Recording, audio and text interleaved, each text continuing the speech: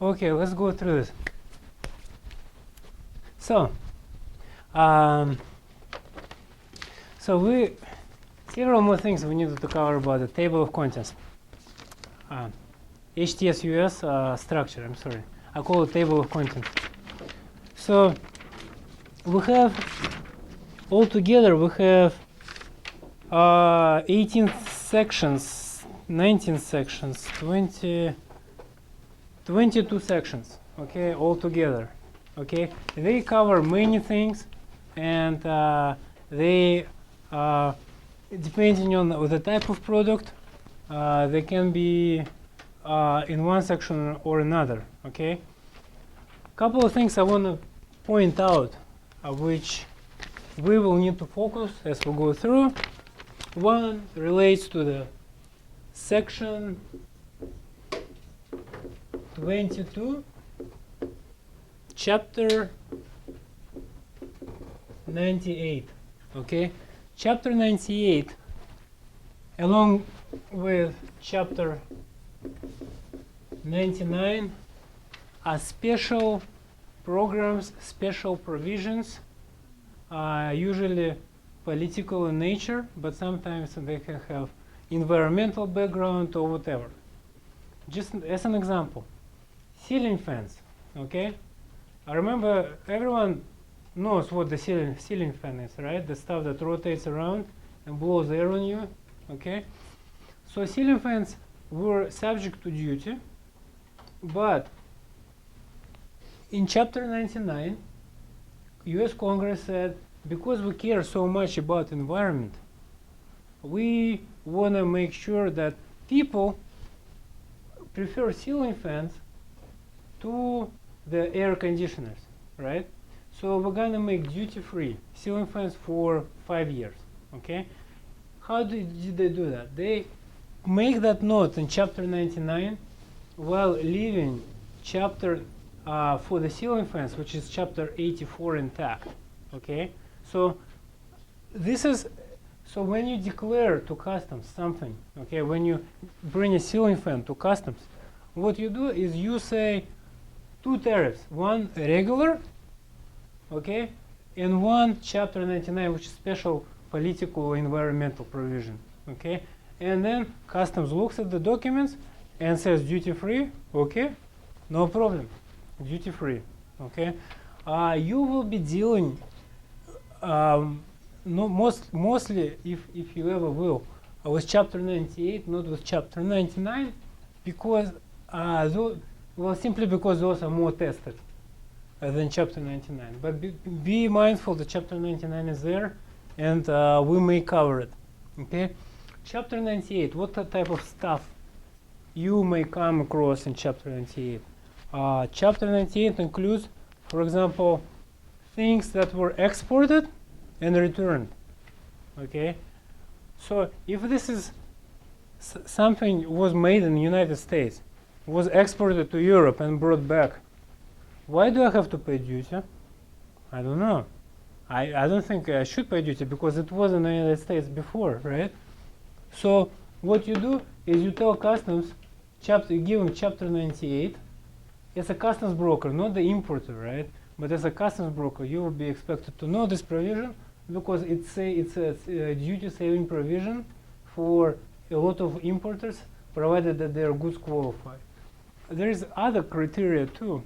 So, for example, you purchase a computer, right? And your computer broke. Your computer broke. You want to export it to, let's say, Mexico for repairs.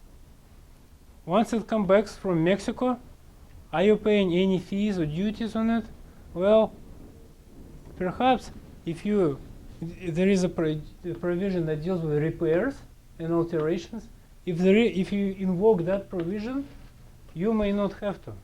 Okay, and computers is a bad example because under NAFTA it is duty free, but let's say watches. Okay, watches may not be duty free. Other equipment may not be duty free.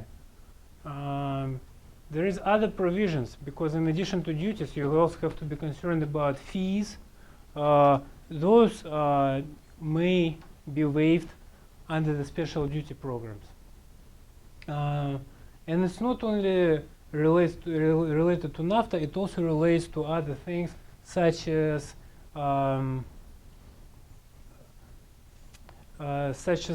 some special program provisions, such as personal effects, and many other things that you really have to look for depending on the facts of the question. But just keep in mind, those are the special categories which you usually declare in conjunction with the regular stuff. That's why they're sort of on their own. And at the very back, look at the page 8 of the table of contents for the HTS-US. It finishes up with a chemical appendix, pharmaceutical appendix, dyes appendix, and statistical annexes. Okay. What you will need to know, if you have a highlighter, please mark Annex B, International Standard Country Codes, and mark Annex C, Customs District Port Codes, because those may be important. You sometimes may be tested directly by customs examiners. They say there is a port code 4601, okay, and they give you the commercial invoice, okay. The commercial invoice will indicate the data, then they give you the fact pattern, and they ask you the port for which it has to be imported. But they will not give you the name of the port, they will give you the number. So how you assign name to the number? Well, it is Annex C, okay? Annex C, Schedule D, Customs District and Port Codes. I was planning to pull it up on a projector and just show you how it is. Unfortunately, they will have some technical difficulties. So just make sure when you go home, okay, to look up Customs District Port Codes Annex C, okay. In the website, I believe I have a link for that.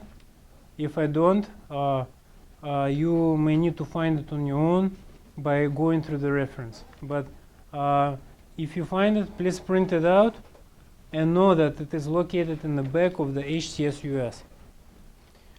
International Standard Country Codes, also something which has been tested before. They will ask you something like this. What is the ISO code for stuff that came from Great Britain? And they will put down A, UK, B, GB, C, EN, England, and etc., etc. Okay, so did the stuff really came from England, from United Kingdom, from Great Britain, from, I don't know, Wales? How do you determine? Well, you look up at Annex B, International Standard Country Codes. Okay, this is your guide to the determination of this. There will be additional directives which will provide you with this information, but aside from additional directives, I think this is useful for now to remember. Okay. Chemical and pharmaceuticals, I haven't seen that much, so those are there. I haven't seen them that much in the examination. Chemicals for dyes appendix, I haven't seen also. But Annex B and Annex C are definitely worth a mark. And you should mark them down at least for review and being able to browse. If you have a question about how you declare, what two letters do you use for England, okay? This is where you go, Annex B. Or what's the port code for what's the 4601? I believe 46, well, I'm not, I think it's New Jersey, right? I'm not sure, but how do I know? I would look at Annex C. And when you look at Annex C, there will be, again, I don't have it in front of me. I should have it in HTS somewhere, but basically you're gonna have the ports are broken down by, let's say, the state, let's say New Jersey, right?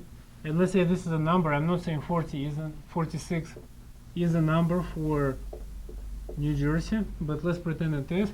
And then they have New Jersey, let's say Edison. Then they're gonna have East Brunswick. And for each one, they will have 4601, 4602, etc., etc. Okay? This is the outline you will see. So once you know the jurisdiction, you will be able to tell what the port is. And of course, each port has its own port director. Okay? And by knowing what the port director can and can do, you will know what can be done within this port to a certain extent. Okay, so having said that, I hope this makes you feel a little bit more at ease, because pretty much all you need to do is, this is a general format, and once you know the general section provision, I will start with the sections first, okay? You would know where to easily drill down to. But even then, if you don't, remember, customs examiners, when they ask you, they give you 5 answer choices. And they will tell you what chapters are those answer choices lie in. So you will not have to know all 99 chapters. No. You will have to know only choose among 5 chapters. Okay? What will help you is general understanding of where things are. So again, if you're being asked about computer, you will know it's not a fish. So fish, you immediately cross out. How will you know that? Again, a suggestion. Just like with table of contents for Code of Federal Regulations, I made flashcards. Sanya, please give it to you and share. I made those for your morning coffee break. Okay? Once you cut them out, just look through them. Again, don't kill yourself over it. It will just try to look through it. It will be in your some consciousness somewhere. And if you're pressed for time, this will save you a minute or two. And again, where every minute counts, this is the important piece of information to have. Okay, so now let's talk about. Now we talked about general structure, and we talked a little bit about what's within a chapter. Okay, let me use one chapter as an example of how to navigate from the section to the chapter. And once you are within the chapter, you will need to navigate within a chapter to establish certain particular product. And let me use as an example the printout for chapter 39. This is 2012 version. And I use several pages. The last page is not in order. I didn't print out the whole thing just because I wanted to save on paper. And because we didn't need all the things in between. Can I erase this, everyone? Okay.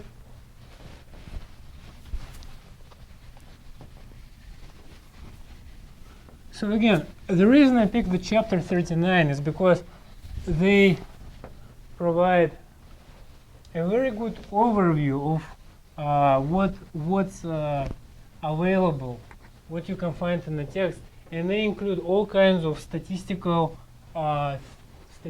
information, the U.S. note information. So it's not in every section, it's not in every chapter, the information you will see, but because chapter 9 is the plastics, they're a relatively simple product, right? Relative to, I don't know, for me, for example, pharmaceuticals are difficult.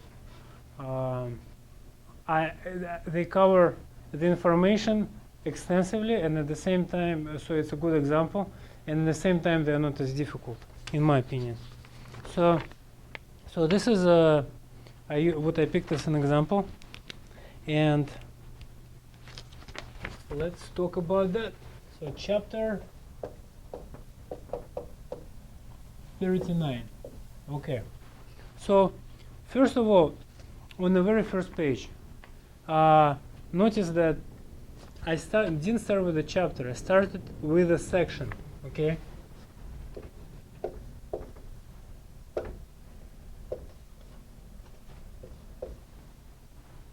So it's section 7. Section 7 covers two types of product categories. First, plastic category. Second, rubber category. Section notes on the very first page, they apply to both plastics and rubber.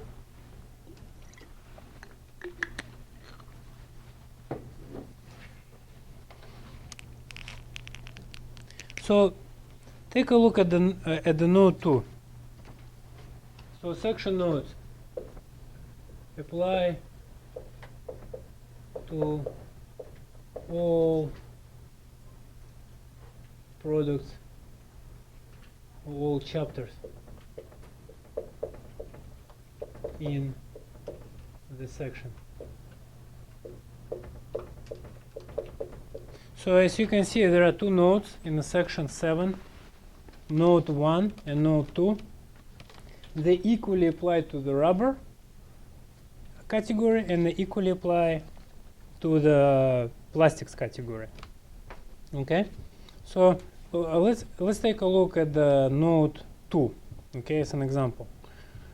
Except for the goods in heading 3918 or 3919, plastic, rubber, and articles thereof, printed with motif, characters, or pictorial representations, which are not merely incidental to primary use of the goods, fall in chapter 49. Okay, so here's the first stub of the legal text that you will be forced to sort through. Notice, except for the goods of heading 3819 and 3919. We'll get to that later, but whenever you see except for, it starts with an exception. Okay, mentally, what you may do is cross it out. Pretend like if the fact pattern says that this is let's say customs examiners, right? They give you 5 choices, A, B, C, D, E, and none of them are 3918 or 3919. They're not there. You just have different numbers. You can immediately dismiss that. Okay. Then you have you have plastics, rubber, and articles thereof. So you have, in other words, any product which is made out of plastics and rubber. Makes sense, right? Printed with motifs, characters, or pictorial representation. Means they have words, pictures, whatever, which are not merely incidental to the primary use of goods. Now this is interesting. Not merely incidental. Okay. How do you interpret that? Anyone? Not merely incidental. Meaning that. On purpose? Yes, exactly. So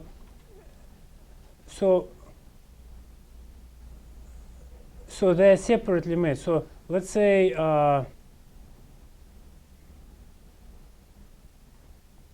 you have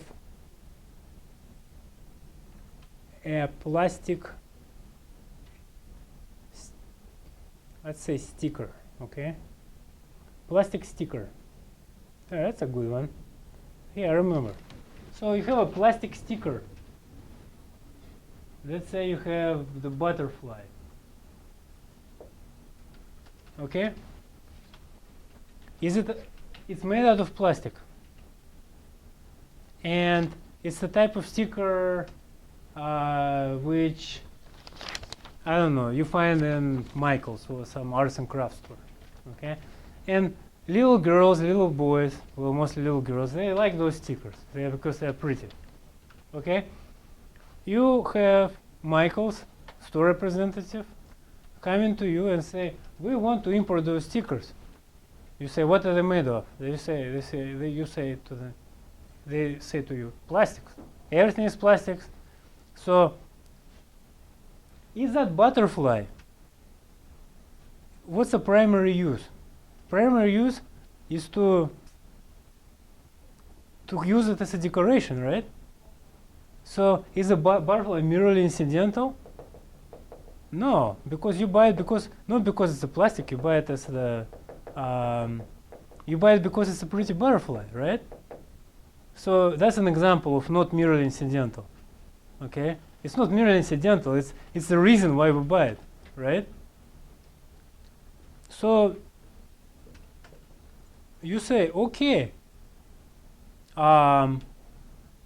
what's chapter 49? I forgot the name of it, but I think it provides for printed material. Yeah, printed books, pictures, products, printing units, manuscripts, and plus. Yes. So, even though it's made out of plastic, okay, because you don't buy it because it's made of plastic, but you buy it because there is a butterfly, you buy it because of the print, you read the section note, and you say, wow, look at this. It's made out of plastic, but it goes to chapter 49. It's a printed matter, probably 4911. Okay? So, just by reading the section notes, you already know that it is not an article of plastic. Even though it's made out of plastic, you are not using it you are using it because of its beauty, because it's a beautiful butterfly, all right? That's the reason you purchased it. So, but notice, what if it was made out of rubber? I do not know. Rubber stickers. Are there any rubber stickers? Anyone knows any rubber stickers? No? There are rubber. I think there are rubber stickers. You know what, on the license plates. You know, when you put it's a special security sticker, so that gives you the tags, and you put it on the license. In New York, you don't use that, but in other states, I think you put it on. I think those are made out of rubber, okay? Because when you put it, it kind of extends, all right?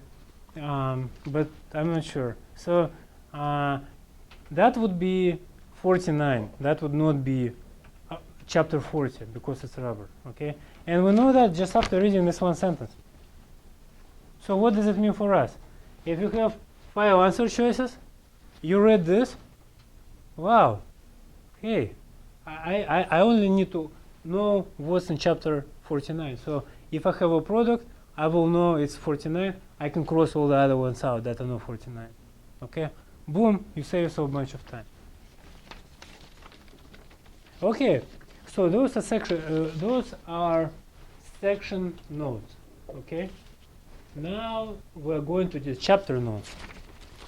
And almost every chapter, by the way, not all chapters, not all sections have section notes.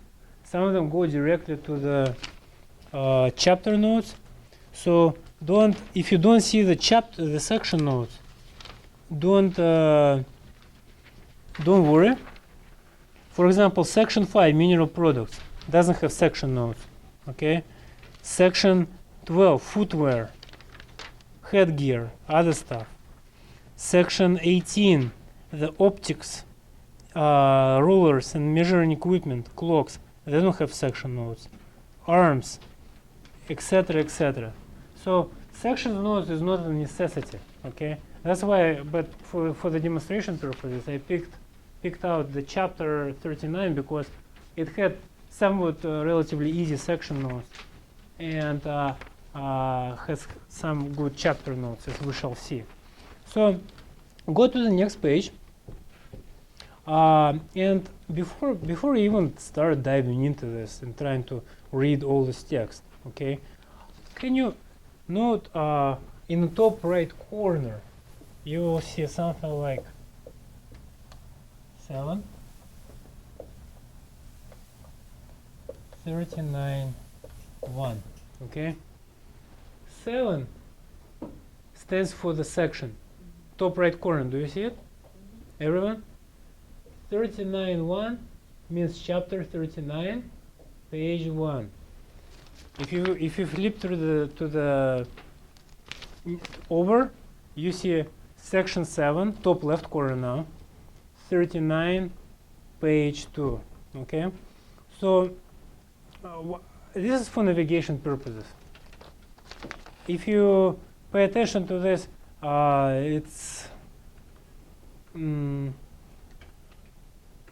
it may help depending on how you browse. Okay. But keep in mind that this is a pagination methodology that I used throughout the HTS US. Next, usually all the chapters start with the notes. They call chapter notes. Okay, what are those chapter notes? Well, they usually say what is and what is not in a chapter. Okay, so look at the note 1. Okay. It says, throughout the tariff schedule, the expression plastics means those materials of heading 3901 through 3914 which have been capable either at the moment of polymerization, blah blah blah, being formed, rolling in shapes, blah blah blah. We don't need to really go deep into this sentence, but without going deep, we can still realize that this section note 1 defines plastics. Okay, it defines plastics and it lists criteria. Okay, it has to be a polymer.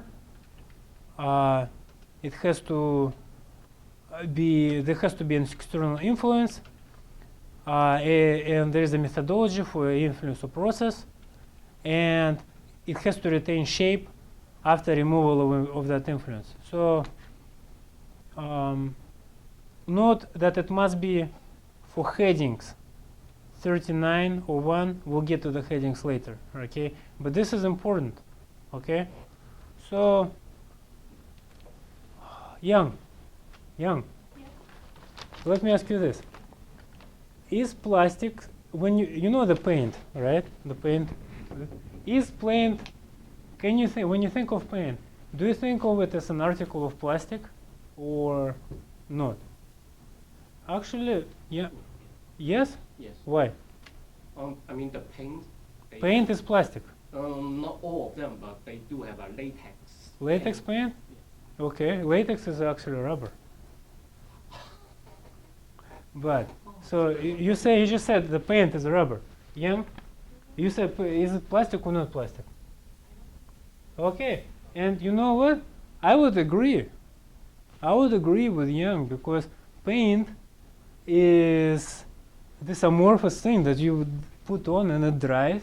Okay,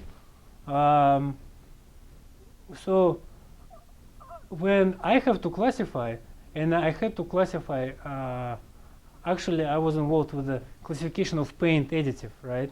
But to make a case for my argument to customs, I had to make sure that the paint itself is a plastic. So my point was, even though I may agree with you that this normal people will look at it, no, this is not. You come to the store, okay? You want to buy paint. You come to the store clerk and you say, "Where is your plastic section?" He will say, "What do you mean?" When we say, "Where's your paint section?" he will know right away where to direct you. There is a special provision of paints and varnishes in chapter 38, okay, which puts it in a special kind of category. All right, but if it fits this criteria, if it's made out of not latex, but if it's made out of polyethers, okay, synthetics, if it is between the 3901 and between 3814, okay, it can, so it has polymers within these headings. It can be formed by external influence. I take my roller, paint roller, and I apply the paint roller. That's external influence, okay? And it says right there, rolling, okay? And then once it dries, it takes the shape from the liquid to the solid. After I remove my external influence. Then it is within the definition of the plastic. So my argument is paint is plastic. Even though not at the very first moment I was like, paint, plastic, what do you mean? No, paint is plastic according to this definition, okay? So what does that tell you? This means that first, well, of course, it means that plastic does not necessarily have to be in chapter 39. We knew that from the butterfly stickers, because we classified it in chapter 49, it's a printed matter, okay? But we also know that the words themselves acquire a different meaning under the labels. You have to look at the definition of plastic. And you have to break down into the elements that make the definition of plastics as defined within the chapter 39. You say one element, polyether, right? Which is between 3901. Second element, external influence. Third element, rolling. External influence is rolling, okay? Fourth element is shaping. Okay, and fourth element is retaining the shape. So once you start to think about certain definition as elements, okay, then you can say for the purposes of classification to your client, to customs broker examiner, right? When you make your answer choice, okay, you know that when they ask you something, this is what they mean. They are not asking you about plastic general understanding that normal person out on the street understands the plastic, okay? When he thinks about paint, he doesn't think of plastics. I certainly don't to this day. But when I speak with customs officer and I tell him this should be duty free because this is made out of plastic, even though because it's additive to the plastic, okay? Not because it's a part of plastics. He says, no, paint is not plastic. I say, yes, it is. And you know why? Because tariff our legislature said this is a definition of plastic. And because this is a definition of plastic, these are the elements that make this definition. Every element fits the criteria, and therefore, this is the paint is article of plastic. Same argument can be made for articles of rubber. So paint, how many people think that paint is a rubber material? No, not many. But you know what? If I use this definition, I can make an argument that paint is a rubber. Because so long as I have meet the criteria for elements, okay? So when you start thinking about the world of words as labels that are made up of elements, you have to start thinking about whether the certain elements are met, not whether your perception of what this word means is really what the answer should entail. And once you start thinking in this framework, I think it will be easier for you to navigate through the HTS-US. So obviously note 1, which defines plastics, okay, is very important because it sets out a principle of what can be and cannot be regarded as plastics, okay. Note 2, okay, note 2, almost, so by the way, this note applies to the whole chapter, okay, and but also this note can apply to other things. If I don't, for example, don't find definition for plastics anywhere else, I can use this definition in other places. But look at note 2. Is it bright out? Should we make the light, or you're fine? Should we turn the light on? No? Can everyone see this? Okay, so we'll just continue. Okay, Note 2 says what is not covered. Okay, usually it gives you line item things which are not be. So let's take a look. This chapter does not cover lubricating preparations. Okay, waxes, separate chemically defined organic compounds, and so on and so on. Okay, so synthetic rubber, for example, look at L. Wall coverings. Okay. Excuse me. Yes. Arguments. The painting on the wall. Does it also equals to the wall cover? Painting on the wall? No. No. Maybe. Wait. I know. No. How you know that? Okay, so how do we answer the question? Is painting on the wall, this wall paint, is it wall cover? You know why I cannot say no? Because it says wall coverings of heading 4814. Chapter 48 is paper, wallpaper. Okay? And the reason you know that is you cannot just read wall cover. You have to look at all sentence.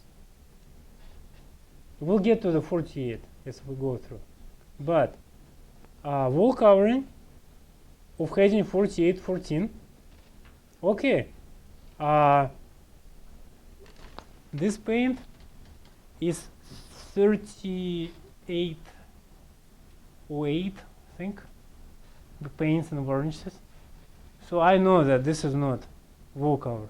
It's going to be paint and varnish, okay, in chapter 38, as defined as other chemicals. So for me, how do I know this? I look at the number, and you look at this, okay, the outline, the flashcards, and you will know that chapter 48, let's see what it says. Paper, paperboard, articles of paperboard. So just by looking at the definition of the chapter, you know that this is not paper. Okay? So pretty much what you need to know, this is a laundry list of what would otherwise be applicable to the plastics. This is a laundry list of things which are not included, okay? And they apply to the whole chapter. So what happens? They usually tell you where to look at. So in the case of wall covering, you go to chapter 48, okay? So when you look at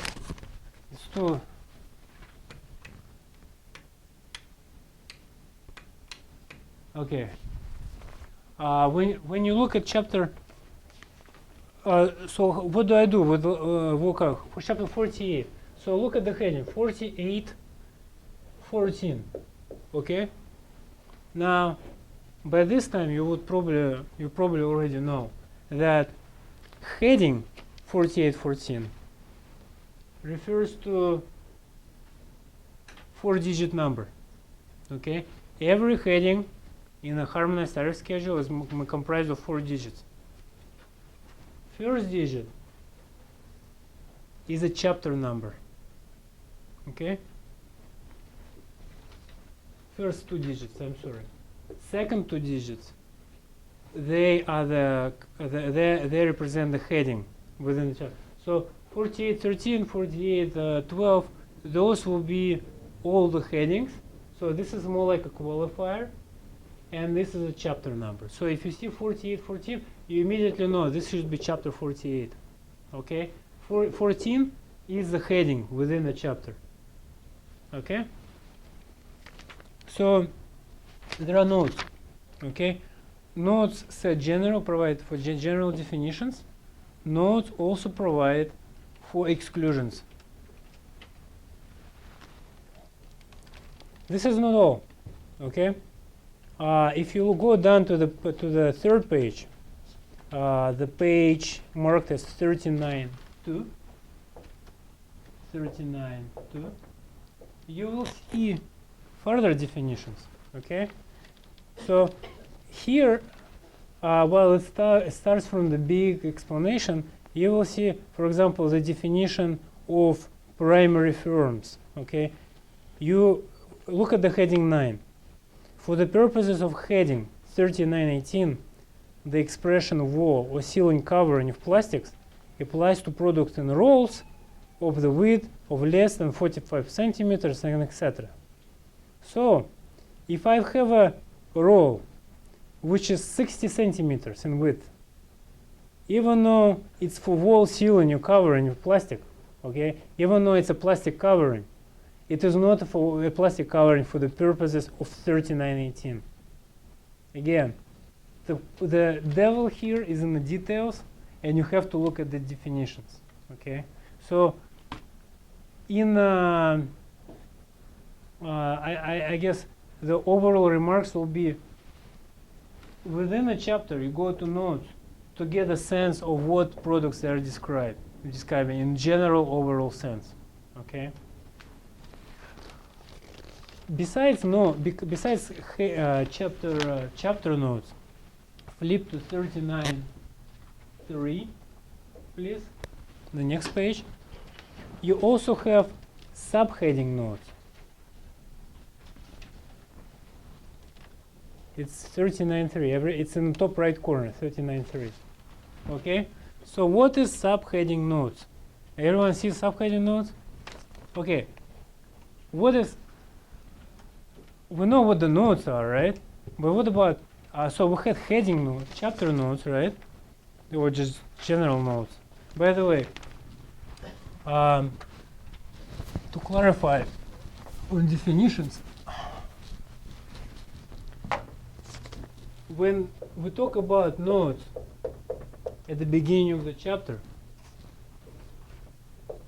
sometimes I call them chapter notes, okay? So even though they're labeled as notes, I call them chapter notes, and I'll be referring to them chapter notes, okay? Chapter notes, then we can see it 39.3, we see subheading notes.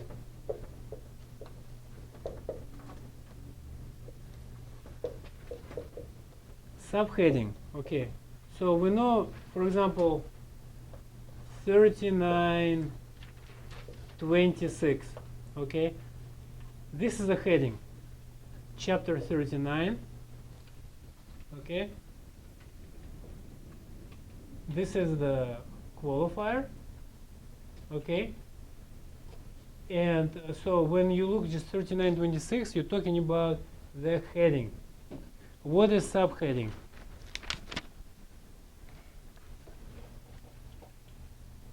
Subheading refers to whatever comes after the heading. So 13, let's say 39.26.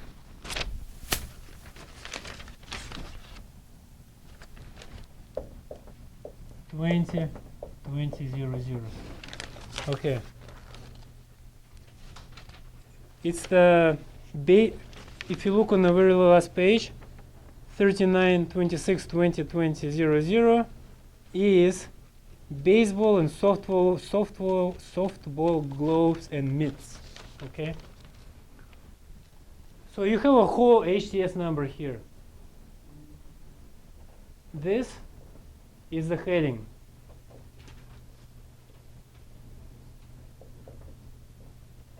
This is a chapter.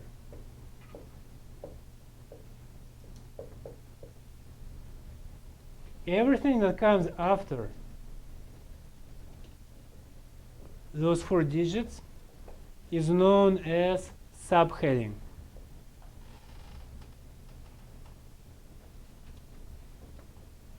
Okay, that includes 20, and that includes 2000. Okay. Next, let's go back to 39.3. Third page. 39.3 subheading notes.